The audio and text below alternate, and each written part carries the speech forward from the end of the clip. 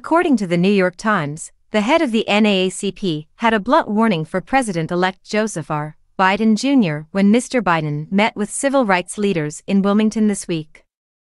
Nominating Tom Vilsack, a Secretary of Agriculture in the Obama administration, to run the department again would enrage black farmers and threaten Democratic hopes of winning 2 Senate runoffs in Georgia, the NAACP head, Derek Johnson, told Mr. Biden. Former Secretary Vilsack could have a disastrous impact on voters in Georgia, Mr. Johnson cautioned, according to an audio recording of the meeting obtained by The Intercept. Mr. Johnson said Mr. Vilsack's abrupt firing of a popular black department official in 2010 was still too raw for many black farmers, despite Mr. Vilsack's subsequent apology and offer to rehire her. Mr. Biden promptly ignored the warning. Within hours, his decision to nominate Mr. Vilsack to lead the Agriculture Department had leaked, angering the very activists he had just met with. The episode was only one piece of a concerted campaign by activists to demand the president-elect make good on his promise that his administration will look like America. In their meeting, Mr. Johnson and the group also urged Mr. Biden to nominate a black attorney general and to name a White House civil rights czar. The pressure on the Democratic president-elect is intense, even as his efforts to ensure ethnic and gender diversity already go far beyond those of President Trump, who did not make diversity a priority and often chose his top officials because they looked the part. And it is coming from all sides.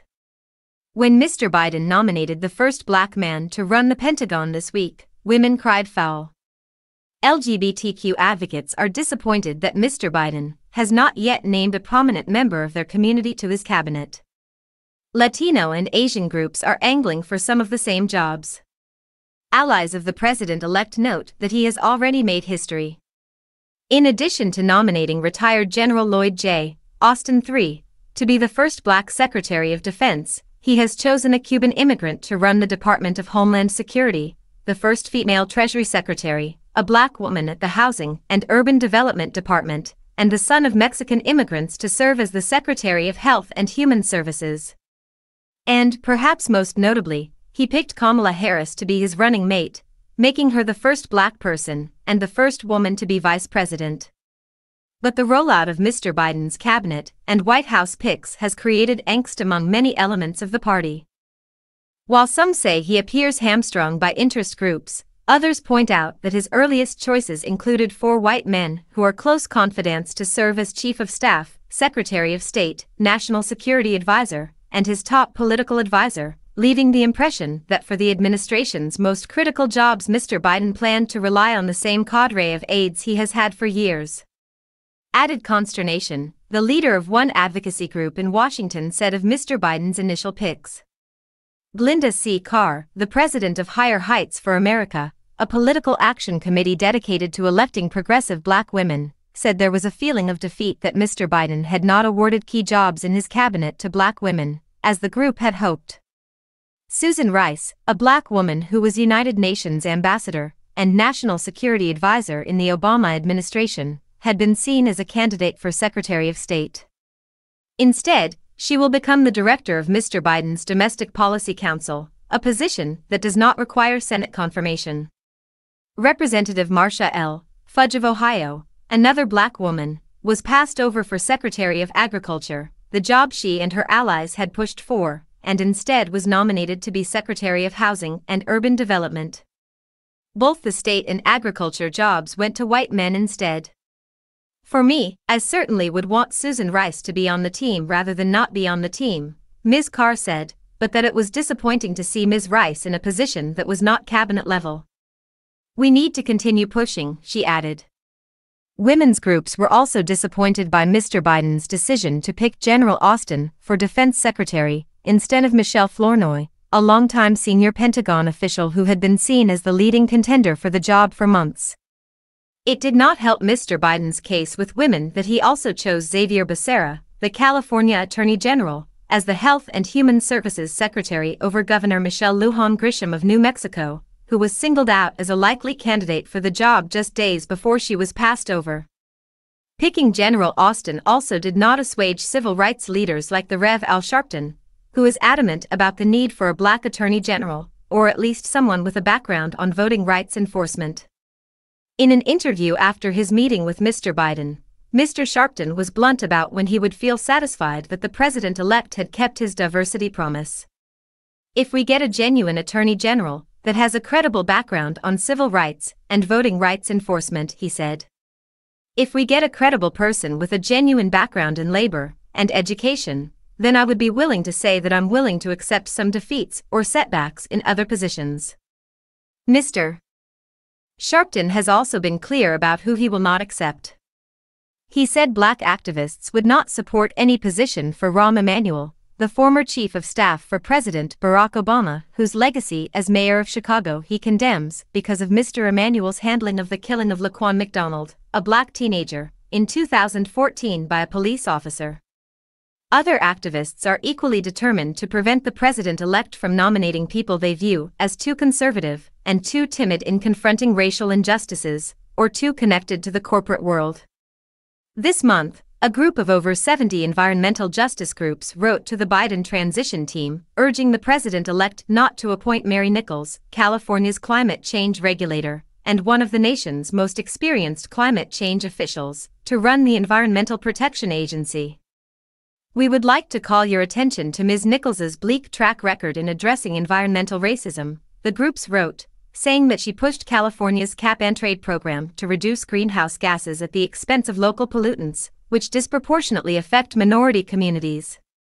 People close to the transition say Ms. Nichols may end up losing the job to Heather McTier-Toney, a regional EPA administrator in the Obama administration, who is a top choice of liberal activists and would be the second black woman to lead the agency. Adam Green, the founder of the Progressive Change Campaign Committee, said liberal organizations have been largely happy with some of Mr. Biden's picks, including Ron Klain, one of his longtime advisors, as chief of staff, and Janet L. Yellen, a former chair of the Federal Reserve, to be Treasury Secretary. But he said that Mr. Biden had not selected any champion of the progressive movement, adding, "Those at the tip of the spear so far are not in the biggest positions." And nominees like Mr. Vilsack, whom Mr. Green accused of having too many ties to large corporate agriculture industries, are a disappointment, he said. "There is so much opportunity with agriculture, especially if we want to make gains in the Midwest," he said. But that would require a secretary willing to go to bat for family farmers against big agriculture. As Mr. Biden mulls his choices for Interior Secretary, a coalition of Democrats, Native Americans, liberal activists, and Hollywood celebrities is pressing him to appoint Representative Deb Haaland of New Mexico, a Native American, instead of Senator Tom Udall, Democrat of New Mexico, and a longtime friend of Mr. Biden's. On Thursday night, a group of liberal activists, including the Sunrise Movement, one of the left's most prominent groups, wrote to Mr. Udall, who is white, urging him take himself out of the running for a job that his father, Stuart L. Udall, had under Presidents John F. Kennedy and Lyndon B. Johnson. It would not be right for two Udalls to lead the Department of the Interior, the agency tasked with managing the nation's public lands, natural resources, and trust responsibilities to tribes, before a single Native American, they wrote. On Capitol Hill, progressive Democratic lawmakers like Representative Alexandria Ocasio-Cortez of New York are reserving judgment on Mr. Biden's choices.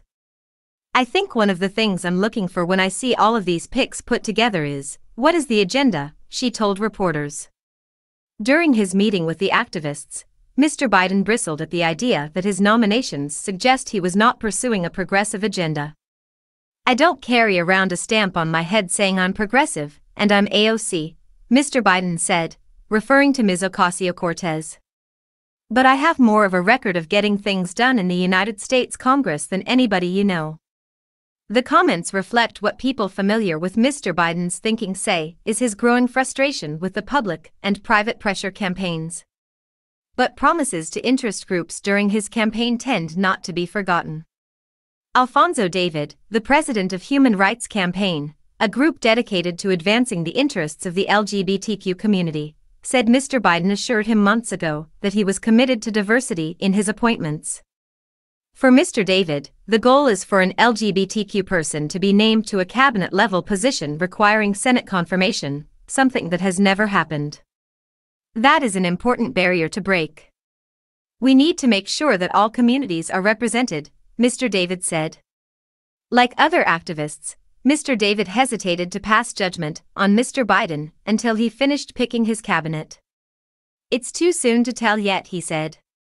But he added a warning that Mr. Biden has heard all too often in recent days. If we don't have the diversity of representation that Joe Biden has been pledging, and that we are looking for, he said, there will be huge disappointment. Still, defenders of the president-elect are equally direct. He picked the first woman and first black vice president. First woman Treasury Secretary. First black defense secretary, said Philippe Reines, a veteran Democratic operative and former top advisor to Hillary Clinton. But if they can't trust Joe Biden to continue to do the right thing and seek to pick the cabinet, they should do what he did, run for and win the presidency.